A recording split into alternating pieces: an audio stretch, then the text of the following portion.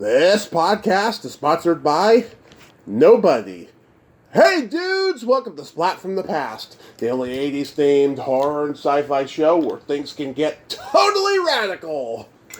Now today I will be welcoming back the amazing, the awesome Debbie Gendler, the president of the Beatles fan club, and she has written a book which she told me about last time she was on a couple years ago, called I Saw Them Standing There, where she chronicles that fateful night where she was at the Ed Sullivan Show on February 9th, 1964, and saw America changed forever right there in the flesh as millions and millions of people watched the Beatles perform 6 songs.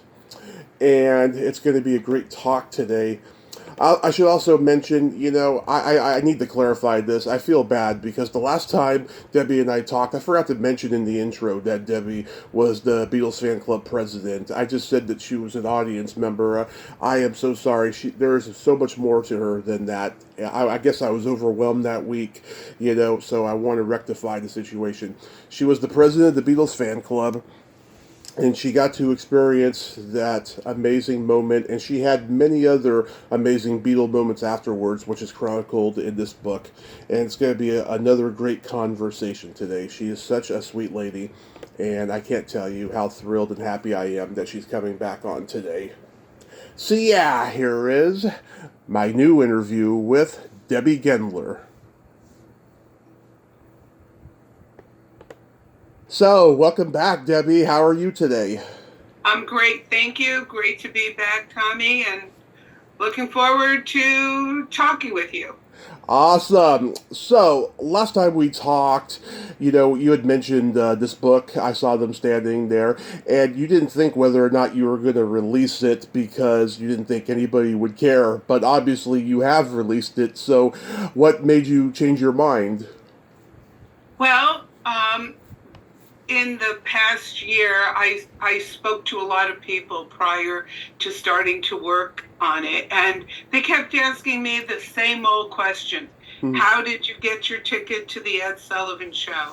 What were the Beatles like? How was it camping out on Broadway for the publicity stunt for A Hard Day's Night? How was it on the Grammy Award show? I mean, they kept asking the questions, and I reached the point that, you know what? I thought, okay, I think, I don't know, I think I've done enough of just waiting around and waiting around. It was sort of like a now or never thing. So I got some good feedback. I sent a digital copy of the manuscript to a few people I knew who have no knowledge of the Beatles or frankly even any real interest in the Beatles. And they actually read the book and said, this isn't necessarily a Beatle book. It's more about a girl growing up and understanding, I think that understanding a little bit more about life and, and just the growth process. So I thought, okay, it's time to do it. Wow. Well, kudos to you because you happened to release it the day of the 60th anniversary of when I Want to Hold Your Hand hit #1, which was February 1st, 1964. Right. It actually came out February 6th, but it's like that whole week. And that's why I told the publisher, if we can get it ready for the week when there's heightened interest in the Beatles, I'd really like to try and aim for that date. So it worked out just fine. Although, as I said, the book really, it starts out with me getting the ticket to the Ed Sullivan Show and how I got there. But that's really a very little bit of the book. It doesn't really, it's not the full, meaning of, it's not a whole book about just going to the Ed Sullivan Show. It's really a lengthy process of how being in that audience, sort of nurtured a whole, lifelong interest in this and how it influenced my career as a TV producer, and and opened it up to great conversations, which was really the point. Is that,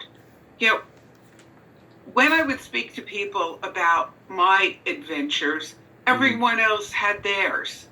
And I never really ever got to the end of my whole story because everyone else had, even if they hadn't been around in 1964 and 65 to experience the height of Beatlemania, they all have been to see a Ringo in concert or seen Paul in a restaurant or, walking down the street in Manhattan.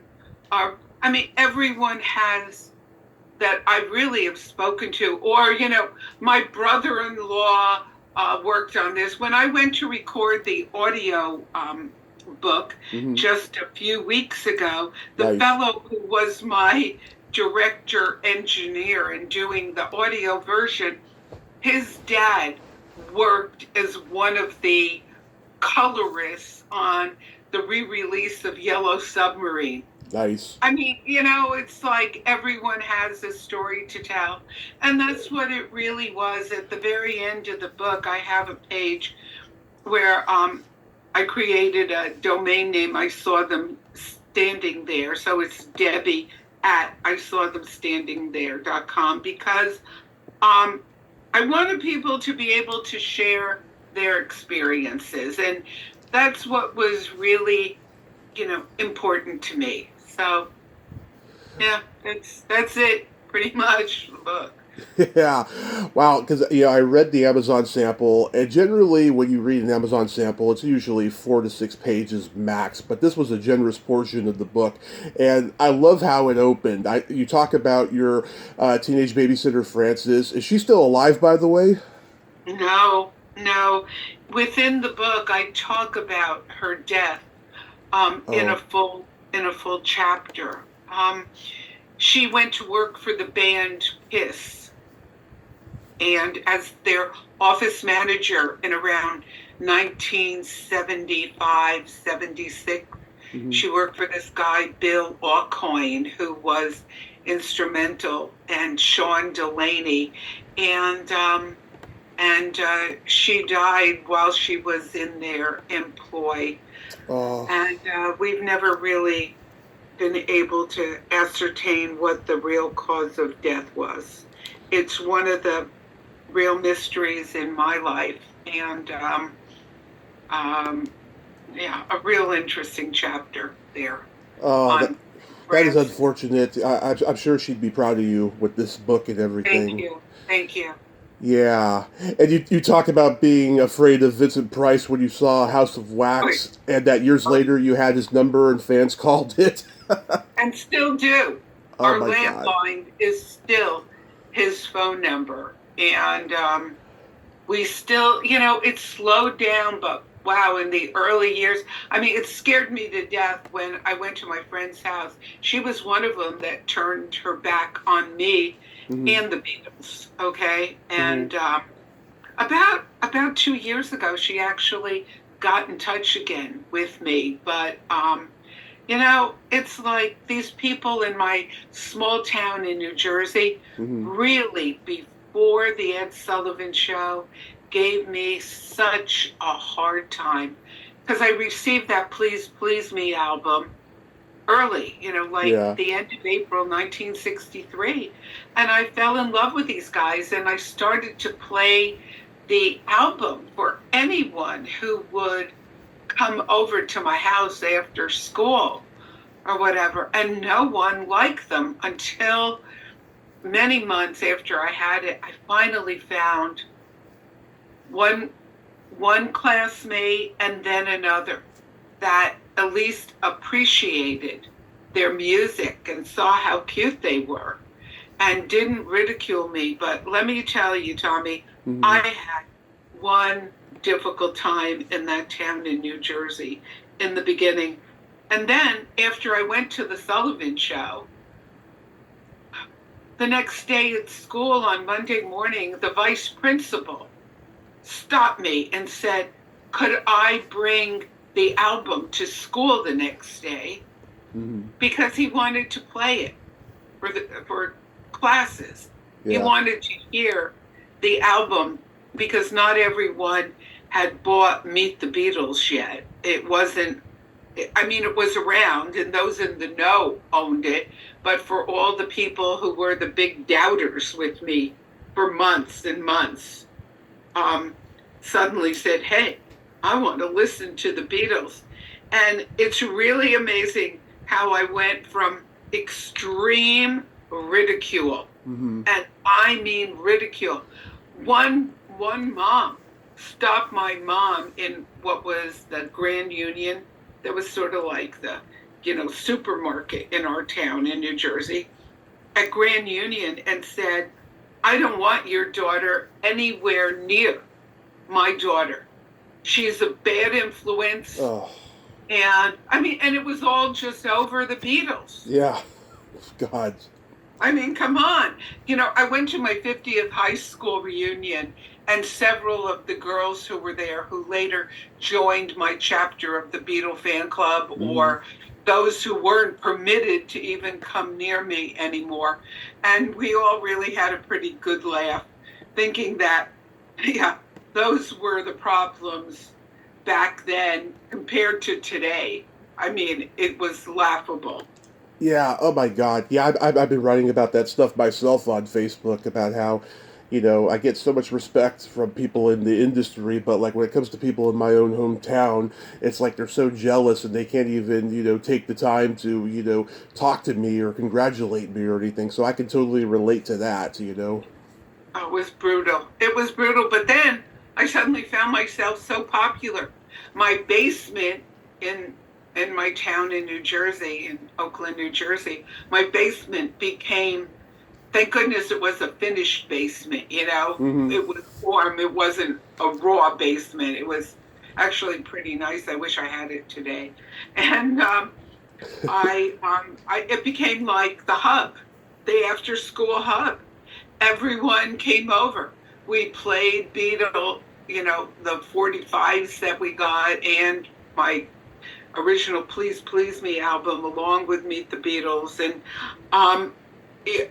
it was great. I suddenly became popular, Yeah. Now, you mentioned PJ in the book, and you mentioned her by her full name, Pamela. Have you talked to her lately? Do you know if she's read the book? I have not spoken to her. And I did, Pam Harden, who later became PJ Souls, but she was that second gal in my town who was really, open to the Beatles. But I have not spoken with her. I wanted to before the book even came out, mm-hmm. and I sent her her manager an email saying, hey, let's talk about it. I'd like you to read the chapter, because I did with my other friends like Sharon Mercer and Beverly Dawn and Andy Workma, the lone male member of mm-hmm. my fan club chapter. I mean, all of them read their parts and actually gave me a little bit more insight. No, I sent her manager an email, never hearing back, and I actually popped a copy in the book to her manager as well, and I still haven't heard anything. So I don't know. Yeah, she did know that I had you on here a couple of years ago, and she was happy about that, But wow, that's interesting. You got a review blurb from Bob Gale, who not only produced my favorite movie of all time, Back to the Future, but also I Want to Hold Your Hand, which is such a funny movie that captures Beatlemania. How did that come about? Do you like that movie? Oh, I love the movie. Mm-hmm. Yeah.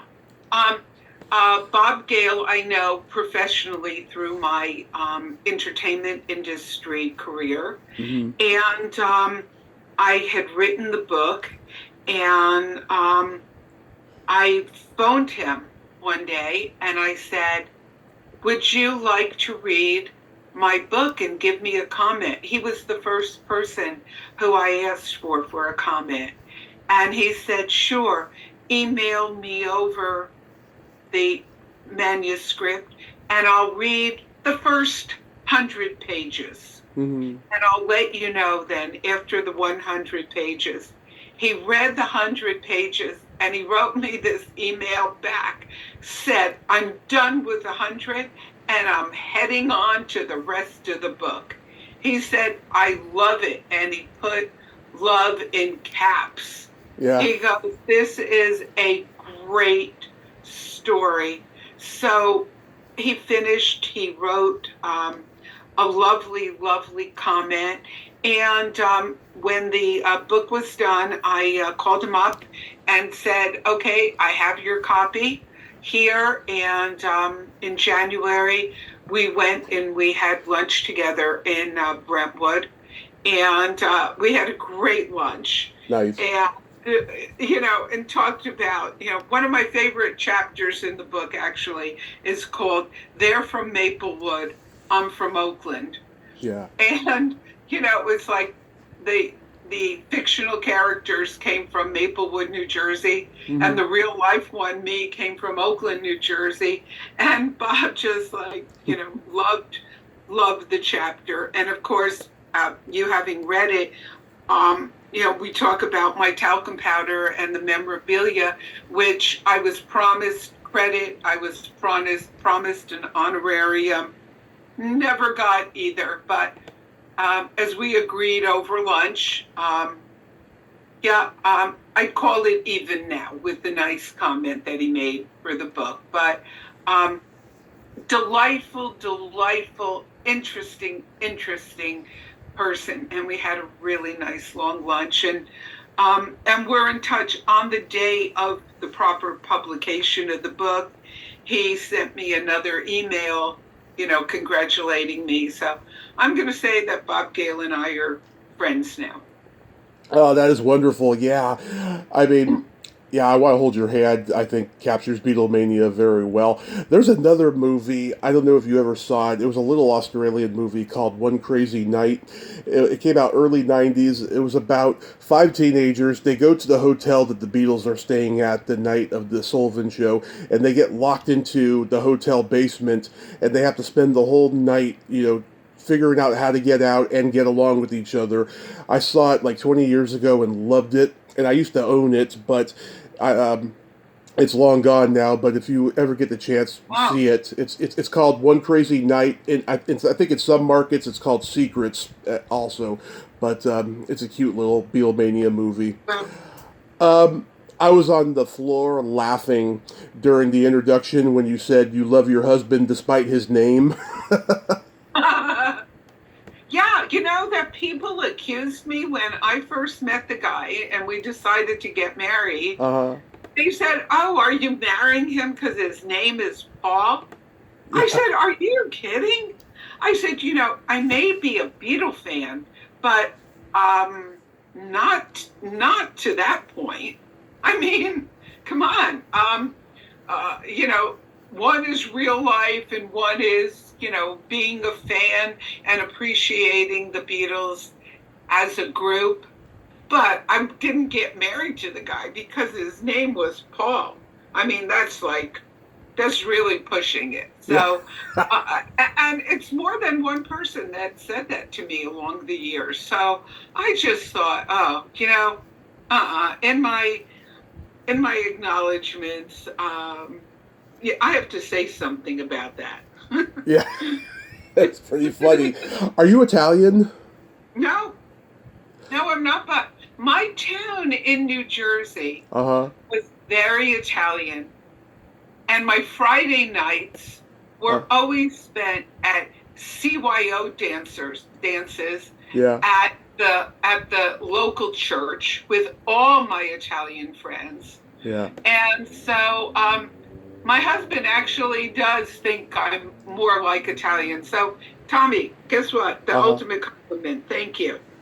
Yeah, well, my mom is Italian and my dad's Croatian and Irish, so I have like a sixth sense of someone's Italian, Jewish, Russian, Greek, anyone who's from New Yeah. Jersey or New York, you know. Right. Well, yeah, I am Jewish, and I mean, my dad was born in New York City on the Lower East Side, but if you Hmm. take a few steps back, yeah, it's like a Russian kind of thing. And my mother was born in Canada, but of Oh, similar roots.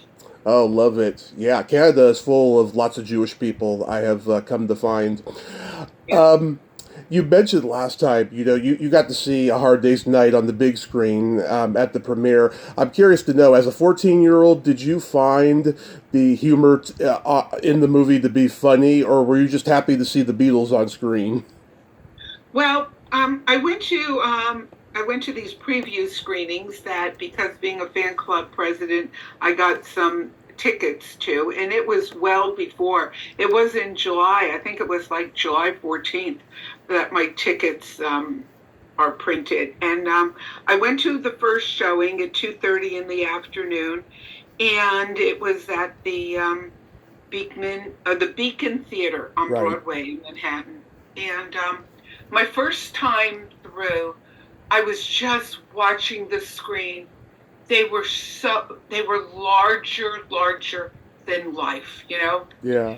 And I didn't hear any comedy dialogue. First of all, there was a lot of screaming going on in the theater as well, okay? Hmm. But yet there were a lot of adults there. And as I describe in my book, all about Frank Sinatra Jr. sitting to my left, Yeah.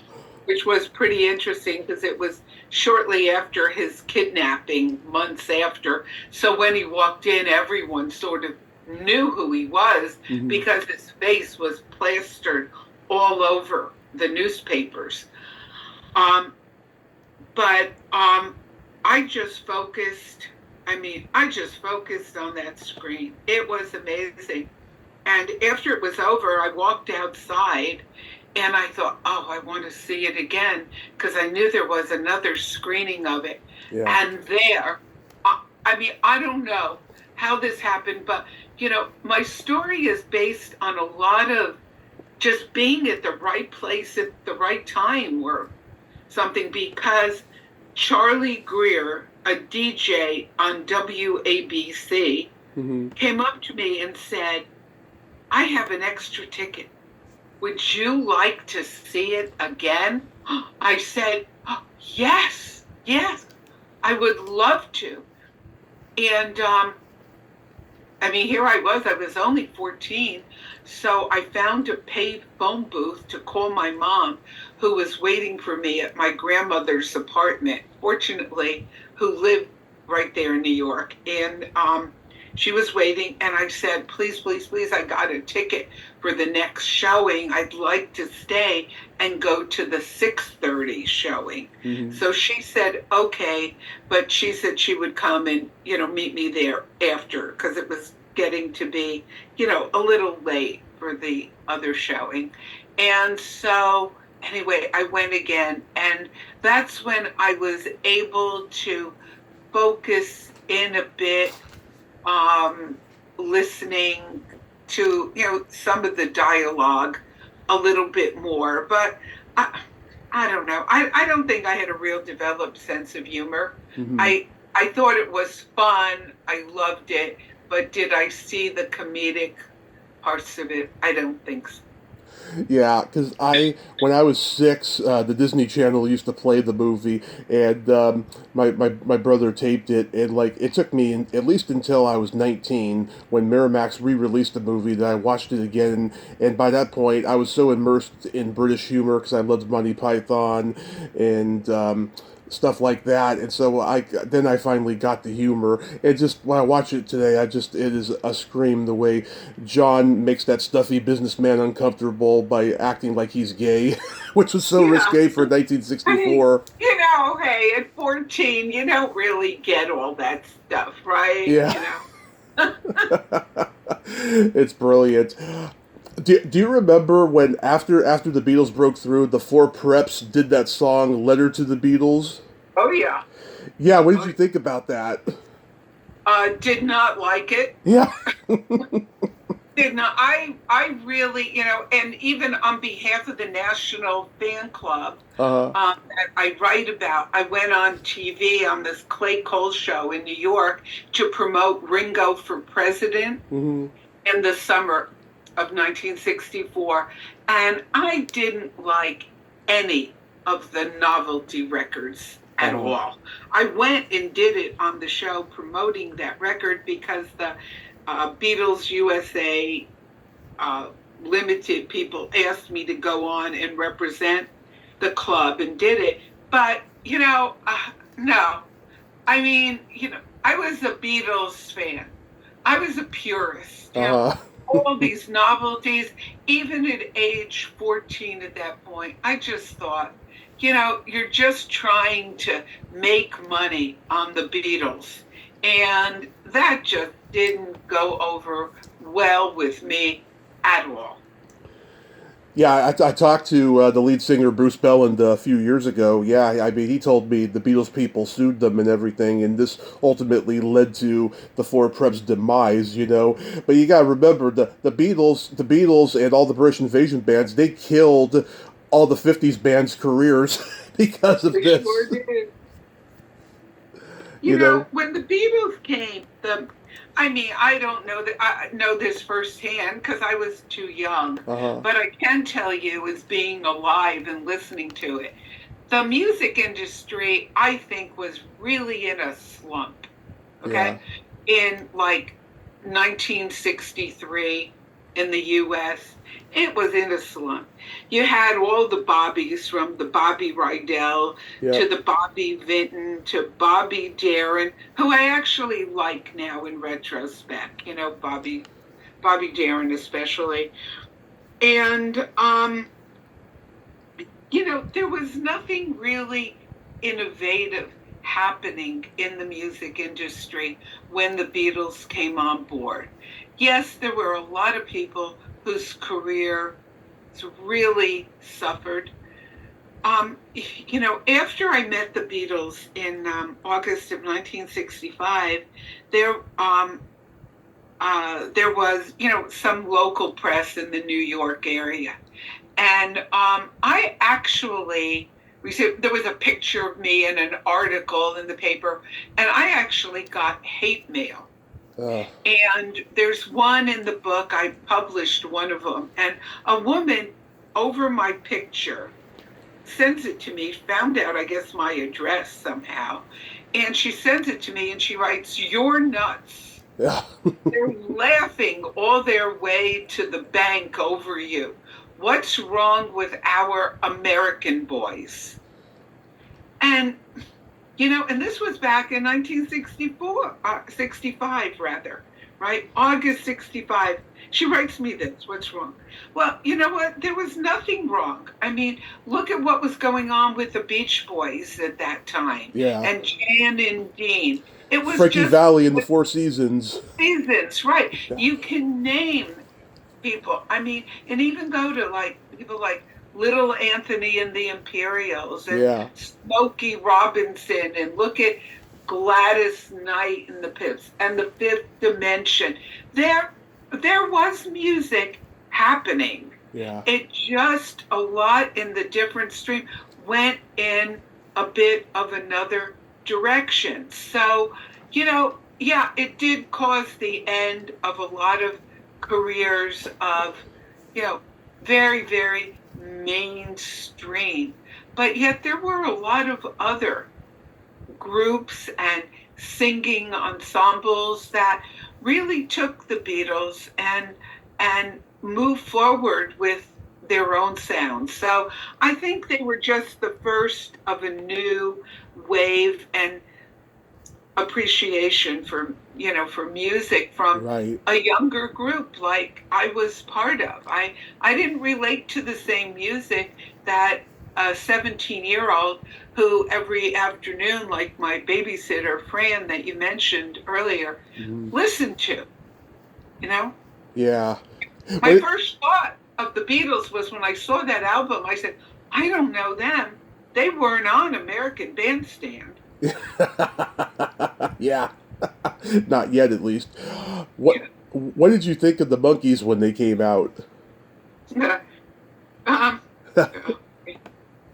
yeah, I'm not going to make friends out there with this one, but I was just at the age and old enough to say the Monkees were a Beatles ripoff. They Hmm. were a put together group to be like the Beatles. Yeah, So, you know what? I appreciated watching their TV show, yeah. and even I'm a Believer or Last Train to Clarksville. I mean, I thought that they were cute, acceptable songs, but I looked at the Monkees as what they were, a Hmm. manufactured group to emulate the Beatles. And from that point of view, I enjoyed them. As a touring band of the Beatles, status, I thought not. No.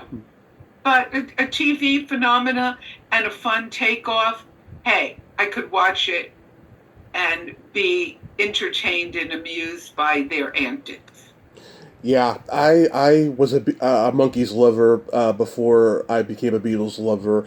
I was 4 in 1987 when they were making their comeback, and their show was being shown on Nick at Night and everything. I had a huge crush on Davey, still do, and I just love watching that show and all that. I got to see them live in 1997 at Candlestick Park before a Giants game. There was only three of them, but it was fantastic. They did a great show, and then they drove off the field in a Cadillac. Yeah, yeah. I'm curious, in 1968, when Elvis did his comeback special, did that have an impact on you? No, not at all. I was never an Elvis fan. Hmm. Uh, a little too young to jump on the Elvis craze. So, no, virtually no impact whatsoever. Because, it's funny. I interviewed the director of that special, Steve Binder, last year for the anniversary, and it seems like that special impacted the world just as much as the Beatles on Ed Sullivan did. Except in this context, Elvis was washed up by this point, and he needed a new persona, a new identity, so to speak, and this brought him back. But do you remember seeing it though? Um, Not really. Not really. No. I remember, I know what he looked like in the white outfit and the Yeah. whole thing, and I saw clips and stuff like that. Who were the other British invasion bands you liked? Oh, I love the Yardbirds. Hmm. Oh, yeah. I love the Kinks. Yeah. Oh, yeah. I thought the Kinks were great.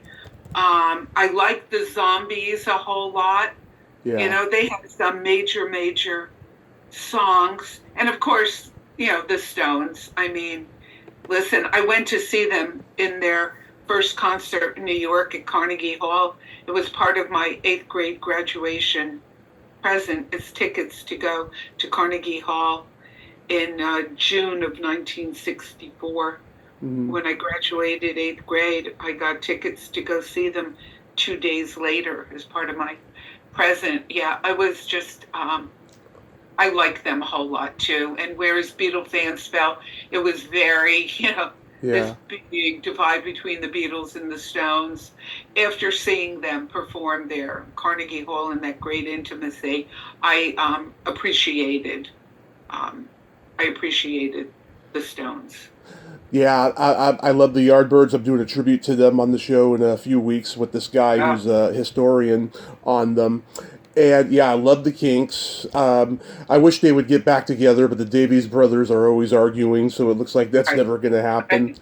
Yeah. I did get to see the Who in 2016 with just Roger and Pete, and they were great. They did some shtick between songs. It was fabulous. And yeah, my dad's a huge Stones guy, and I took after him in that. It's funny. The Stones, the Zombies, Herman's Hermits, and the Hollies and the Yardbirds. They're the only ones still touring.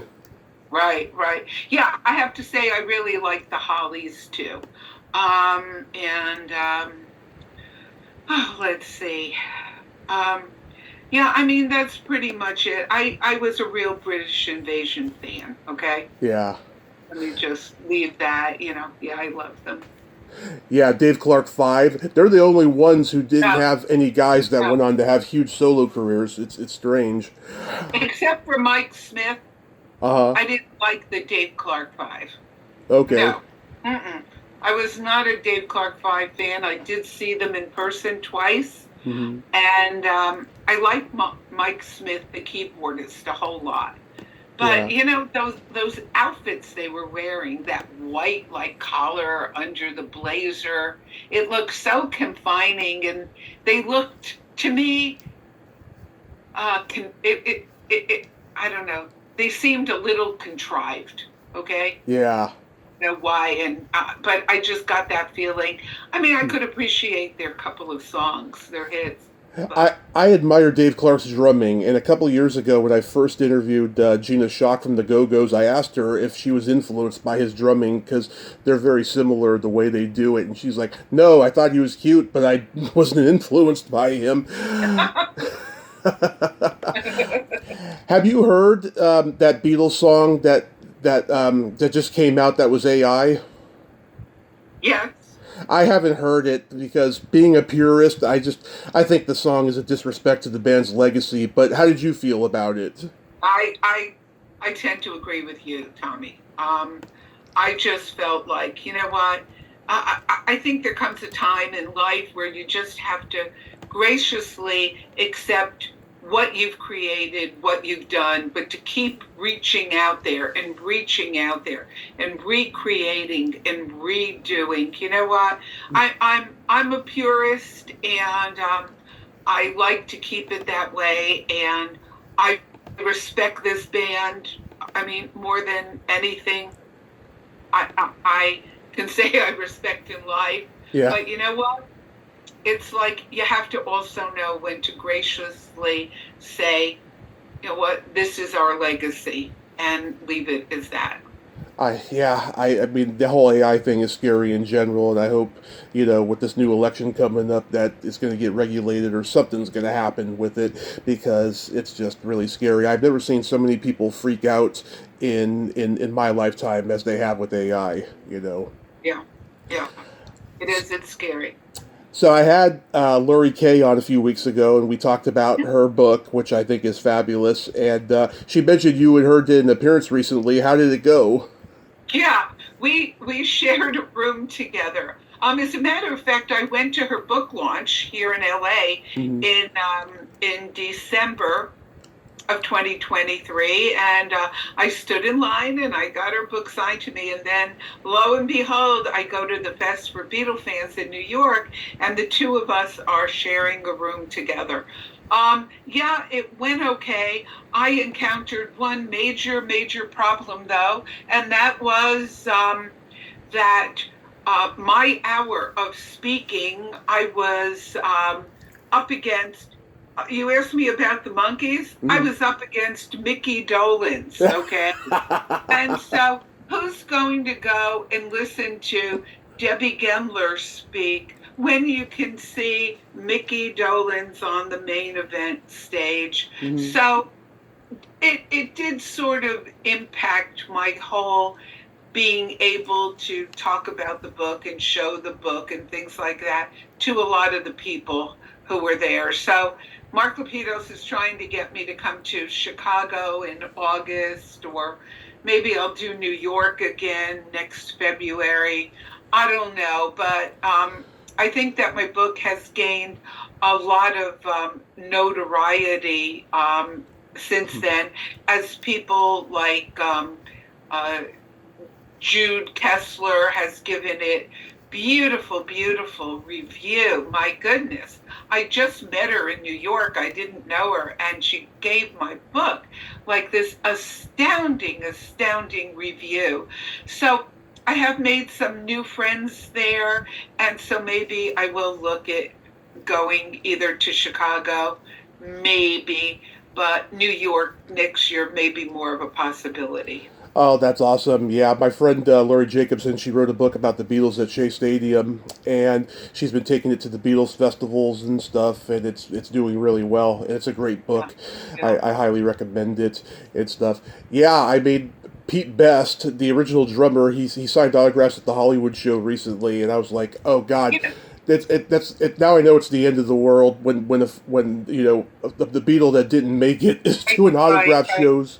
right. I want to say something Mhm. just as I can see our time. Really, we just have like a minute left, Yeah, and I think that um, the biggest thing that I want, like you to know and everyone to know, is that I didn't write this book for like a money to get rich. There's of no course. money writing a book like this.